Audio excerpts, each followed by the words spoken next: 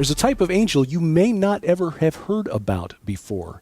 You probably know about the messenger angels and the seraphim and the cherubim or cherubim. In fact, the new book that we're discussing on in the SkyWatch Studios this week, Cherubim Chariots by Josh Peck. But there's another type that Josh talks about in the book that I found fascinating. Josh, the Ophanim, what are they? Yeah, this took me by surprise. I didn't go looking for this. It just kind of showed up when I was looking in the Hebrew in Ezekiel's vision. As chapter 1 of Ezekiel is one of those chapters I have read through, I can't even count how many times, and I've had a lot of different ideas about it. But recently, this really stuck. The actual Hebrew word for wheels is Ophanim, and just by itself, that doesn't really mean anything. It's just the Hebrew word for wheels. Mm-hmm. But when it's taken in the context, we actually see that that's a class of angels. We might think of it as, to put it in our terms, the term flying saucer. I can take a saucer and throw it in the air, and technically it's a flying saucer. There's nothing special about it. But when we're talking about it in the context of vehicles from outside of our sphere, then it takes on new meaning. And we see that with Ezekiel and the wheels. When we read about the wheel within a wheel, Ezekiel uses the word Ophanim. It's the plural of Ophan, which means wheel. So we actually see that this is a class of angels, which totally took me by surprise. Now, it's not a new idea. It may be new. It was definitely new to myself and maybe new to some people watching. But actually, this goes back in history. People, other researchers since the Middle Ages have been talking about the Ophanim. It's even found in the Book of Enoch, which I found interesting too. So it's a class of angels. They are alive. They're living beings. But the description Ezekiel has is very literal. I know that there are some within the ancient astronaut community that try to say that is a UFO, mm-hmm. that Ezekiel was mistaking it for an extraterrestrial craft. But I believe that Ezekiel was really deliberate in his language. I don't think that he was using metaphor or anything like that. When it says that there were eyes, I believe there were literal eyes. I don't think that they were windows or portholes or anything. Right. Ezekiel 1 verse 18, and their rims were tall and awesome, and the rims of all four were full of eyes all around. Absolutely. And when the living creatures went, we're talking about the cherubim with the four faces, the wheels went beside them, and when the living creatures rose from the earth, the wheels rose. Wherever the Spirit wanted to go, they went, and the wheels rose along with them, for the spirit of the living creatures was in the wheels. And so apparently the animating force, whatever life force was in the cherubim, was also in these Ophanim, the same life force. Absolutely, and that brings up something interesting too. I was given a reference by author and researcher Chris Putnam about how, I forget his name at the moment, but I have it in the book. Actually, a government official went on record to say that UFOs are real and they are controlled by a type of ESP. And that brought me back to Ezekiel.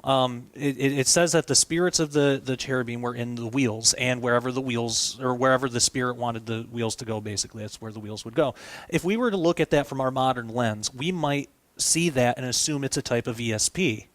But I say instead of it being mind power, maybe it's spirit power. It would look the same to us. So when other people, government officials or what have you, are researching these UFOs and what powers them, and they say that it's a type of ESP, they may be mistaking that for a type of spirit power, and I believe that's what Ezekiel was describing there.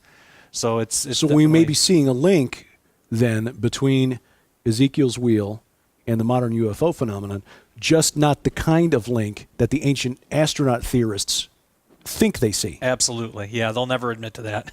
So we're actually possibly looking at biological, in a sense, angelic craft or angelic beings instead of spinning discs or flying saucers. Yeah, absolutely. They seem to be alive. That is fascinating. And again, not the kind of thing I expected when I picked up a book dealing with Bible and Bible prophecy. Josh Peck is a deep thinker, and his first book, Quantum Creation, is fascinating. We'll talk about that in some upcoming updates, but keep your eyes open for the future SkyWatch TV episode with Josh Peck, talking about his new book, Cherubim Chariots. exploring the extra-dimensional hypothesis. I'm Derek Gilbert for SkyWatch TV. Our topic today will make my brain hurt, and you'll understand that pun before we're through. Welcome. I'm Derek Gilbert in the SkyWatch TV studios, talking to the author of the book Quantum Creation, Josh Peck. Josh, string theory. I barely get my mind around this. What is string theory? How does it relate to the nature, our understanding of God's creation? Sure. Well, I used to think string theory in itself was something only geniuses would be able to understand. Yeah. And I thought that for a long time. Turns out the principle is actually pretty simple. All it is it says that the further down you go, you start at a particle, then you have subatomic particles, then you have things like quarks. When you get down low enough, you find out that every particle is actually created by vibrations from a string. And the string is incredibly tiny; it can't be observed. It's so small. So really, everything in existence is a product of these vibrations. That really is all string theory. That's the basics of it. There are two types of strings. There's open and closed. So some strings are connected to what's called a brane, B-R-A-N-E, not like the brain in our heads. And basically, what a brane is the thing, the membrane, that's what it's short for, that our universe and possible other universes rests on.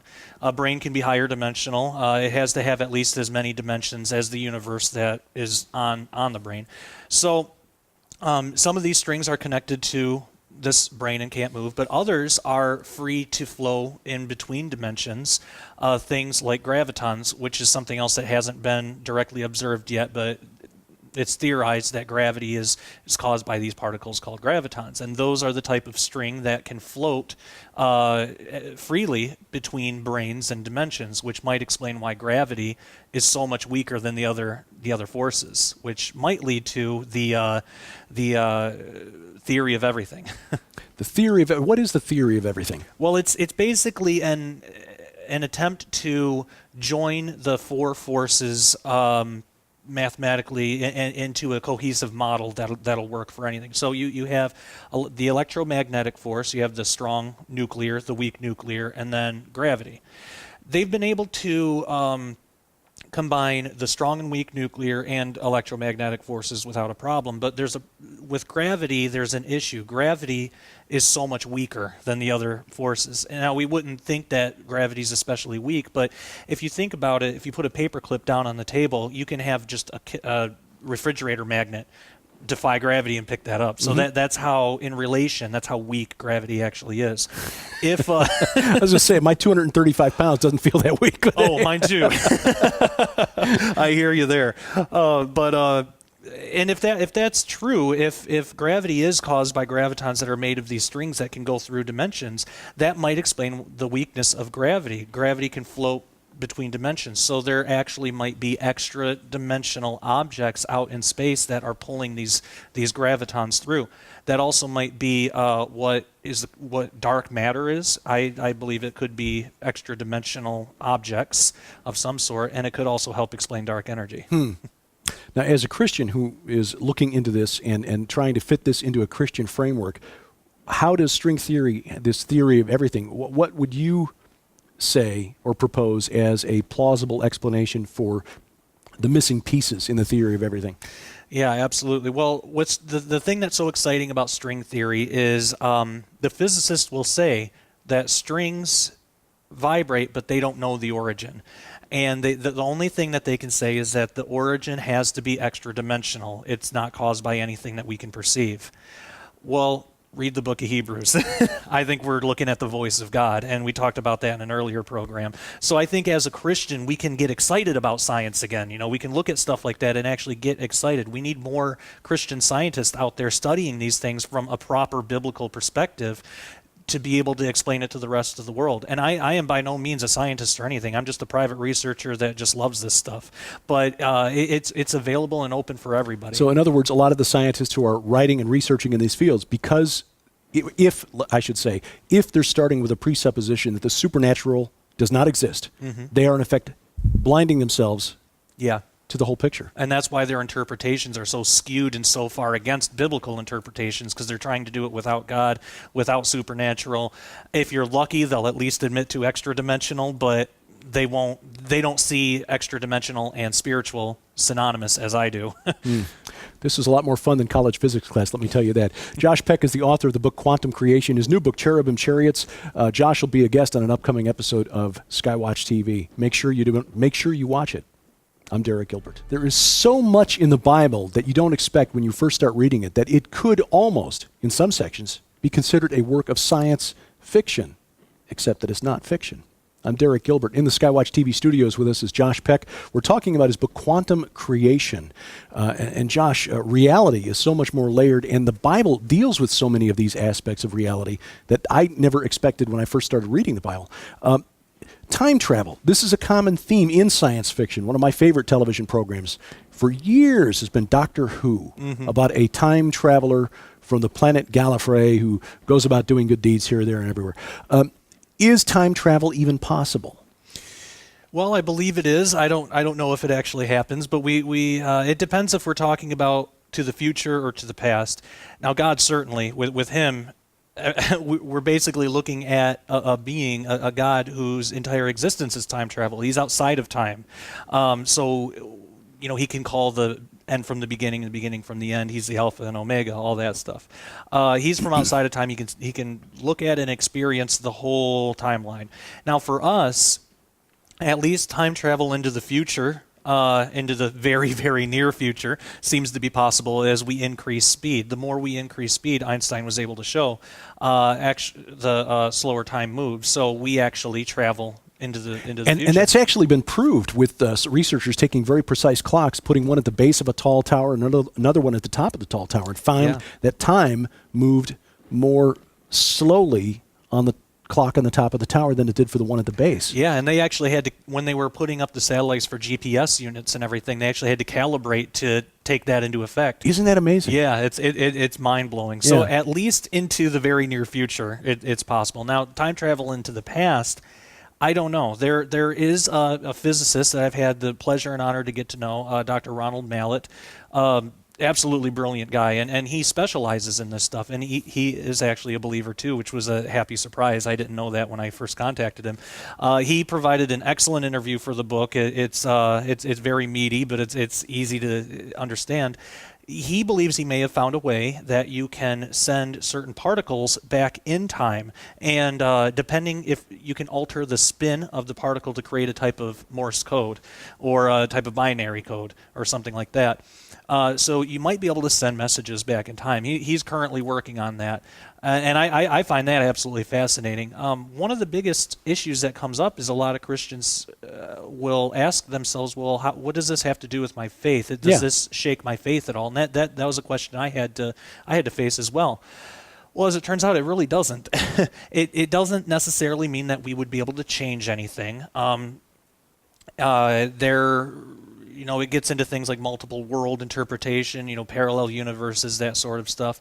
And, as I say in the book, these are all questions that we should look at from an honest perspective and really think, well, does this shake my faith, or is this just maybe something that goes outside of my interpretation of the Bible? I try not to put limits on God. If he wanted to create more universes, I don't have any problem with that. Maybe he did. I don't know. But it's definitely something interesting to think about, and I think it's something that we as Christians should take an honest look at, because scientists outside of God certainly are looking at it. So we should be there to provide an answer as well. Well, and Gary Stearman, in his book, Time Travelers of the Bible, postulates that the Old Testament prophets, even the New Testament prophets, were taken into a future time and able to get glimpses of things that would happen in the future. Absolutely. And that perhaps there was a meeting when Ezekiel saw somebody measuring the temple, and of course we read in the book of Revelation that John is given the measuring reed and told to measure. And is it possible Ezekiel saw John? And isn't that fascinating? It is. It's absolutely mind-blowing. So again, for Christians, especially parents and grandparents who may be concerned about what their children are learning in school, scientists or the scientific worldview of the teachers they may encounter in school, what word of encouragement would you have for them regarding their faith and scientific inquiry? Well, the great thing is we don't have to compromise our beliefs as Christians. We don't have to compromise the Bible. We absolutely do not have to compromise God's Word at all. What we need to do is be able to separate interpretation from observation. When a scientist teaches something, or a teacher or whatever, we need to find out, is that the observation? Is that the truth of what happened? Or is that the person's personal interpretation? Many times it's the interpretation that we have a problem with as Christians, as well we should. The observation, though, we don't necessarily have to have a problem with that. Such things like I mentioned before, multiple world interpretation. Are there other universes? That was a big thing that I had to wrestle with. Science says that it's possible and probable even. How do I feel about that as a Christian? When I really looked at it, it doesn't conflict with too much. Some of the interpretations that will get put on that certainly do, but if we strip those away, replace them with biblical interpretations as it should be, there's no real conflict. So that's the exciting thing. That's why I say we need more Christian scientists out there looking at this stuff. Absolutely. Keep watching, because Josh Peck will be a guest on an upcoming episode of SkyWatch TV. You'll hear about this and his new book, Cherubim Chariots, Exploring the Extra-Dimensional Hypothesis. We've been talking about his book, Quantum Creation. Josh, it's been an awful lot of fun. Absolutely. Same here. For SkyWatch TV, I'm Derek Gilbert.